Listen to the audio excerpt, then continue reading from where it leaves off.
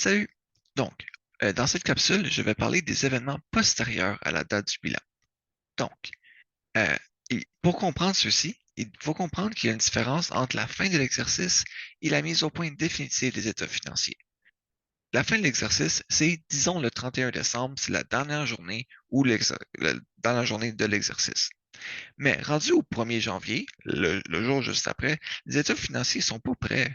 Il faut encore comptabiliser le mois de décembre, il faut faire les régularisations de fin d'année, il faut compiler les résultats et tout pour faire les états financiers, et lorsqu'ils sont faits, il faut les faire approuver par le conseil d'administration de l'entreprise. À cette date-ci, là, c'est officiellement fini. Mais entre ces deux dates-là, certains événements peuvent arriver, et il faut les prendre en compte. Il faut les analyser pour voir si on doit les comptabiliser, si on doit faire un redressement des états financiers, donc toucher une provision et autres, ou simplement faire une note. Donc, ils sont séparés en deux catégories.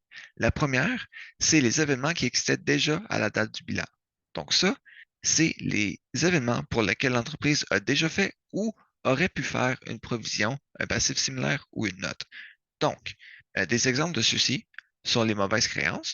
Alors, un client euh, euh, qui te doit quelque chose, mais qui déclare faillite, donc il ne pourra pas te payer. Les passifs éventuels, donc les litiges, par exemple, l'expropriation, et les passifs estimatifs, donc les provisions garanties, par exemple. Dans ce cas-ci, lorsque ça rentre dans ces catégories, on doit ajuster les états financiers. Donc, on va aller ajuster la provision ou le passif qui lui est associé. Donc, ici, j'ai un exemple pour les créances irrécouvrables. Étant donné que la théorie derrière les événements postérieurs au bilan est assez minime, c'est essentiellement, bon, ça c'est 80% de la théorie, l'autre 20% est en bas. euh, c'est principalement juste des exemples. Alors, ben, plus des exercices qui seraient à faire, donc j'ai simplement fait des exemples. Euh, donc, pour, en premier, les créances irrécouvrables, le 1er mars 2019, Talon Inc. a reçu une lettre les informant que Cryo Limité, un de leurs grands clients, a fait faillite. Il n'y a pas de provision pour créances irrécouvrables faite pour ce client. Selon l'ordre chronologique des comptes clients, leur solde est de 28 743,65 $.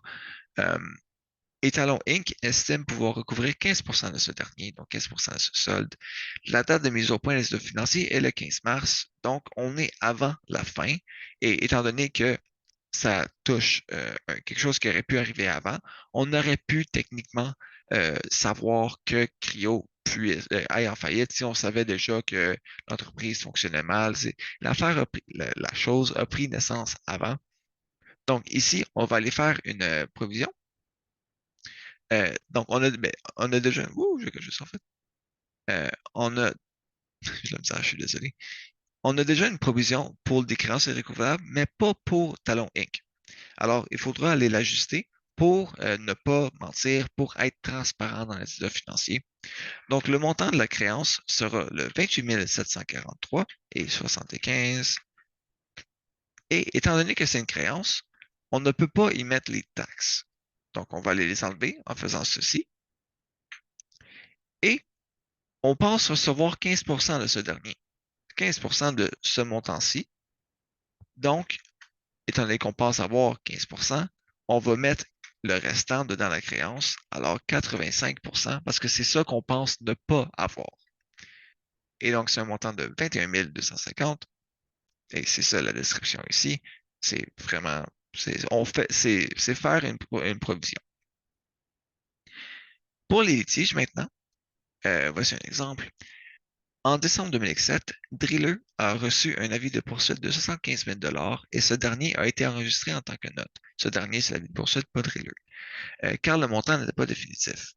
Donc ça veut dire que c'était un passif éventuel, que ça ne correspondait pas aux deux critères, parce que peut-être que c'était probable, mais le montant était indéterminé, ou c'est pas estimé de manière fiable, donc c'était simplement une note. Rendu au 1er février, 2 semaines avant la mise au point définitive des états financiers, Driller a accepté de verser une somme de 35 le 15 mars 2019, après avoir atteint une entente avec l'autre partie.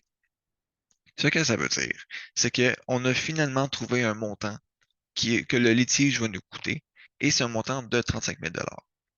Donc, on avait fait une note, mais là, on va faire le passif éventuel. Donc, un passif éventuel, le passif éventuel, c'est assez simple. C'est combien qu'on pense perdre. Dans ce cas-ci, c'est 35 000. Pouf! Et voici l'explication. C'est juste un passif éventuel. Cependant, on a fait une note. Donc, il faut aller l'ajuster pour ajouter qu'il y a eu une entente. Donc, on fera un versement de 35 000 à cette date-ci. Je n'ai pas le début de la note parce qu'on n'a pas assez d'infos. C'est juste pour montrer qu'on va modifier la note. L'autre catégorie d'événements, c'est ceux qui indiquent des situations qui ont pris naissance après la date du bilan. Donc, c'était pas là pendant l'exercice précédent. C'est vraiment d'un autre exercice. Et en suivant le principe d'indépendance des exercices financiers, on ne peut pas ajouter, on ne peut pas ajuster les états financiers d'un exercice si un événement a pris naissance pendant l'exercice suivant. Donc, un exemple, ben, les exemples, ce seraient les sinistres, donc incendie, inondation, météorite qui tombe dessus l'usine. Tout ça, ça ne rentre pas dans l'exercice précédent. Les litiges qui ont commencé après et qui ont été envoyés après, et les émissions d'actions et d'obligations qui ont été faites après, tout cela ne rentre pas. Dans ce cas-ci, on ne ajuste pas les états financiers, on ne fait qu'une note. Donc, ici, j'ai fait un exemple pour les sinistres. Le 14 février, à la Saint-Valentin, une usine de l'entreprise Patilda a été victime d'inondations qui ont complètement ruiné leur stock. Leur usine était assurée et les dégâts sont tous remboursés, mais toutes leurs marchandises ne l'étaient pas. Les pertes sont estimées à 500 000 dollars. Leur date de mise au point définitive des états financiers est le 1er mars. Donc, on est avant la date, mais euh, peu importe, étant donné que c'est arrivé après le 31 décembre ou après la fin de l'exercice, si l'exercice finit le 31 juin, c'est arrivé pendant le mois de juillet, par exemple, c'est arrivé après. Donc, on va simplement faire une note parce que les comptes n'ont pas été affectés, ils n'ont pas eu d'impact, mais on veut quand même être transparent et laisser savoir aux personnes qui vont lire les états financiers que bel et bien, il y a quelque chose qui est arrivé. Donc, note inondation.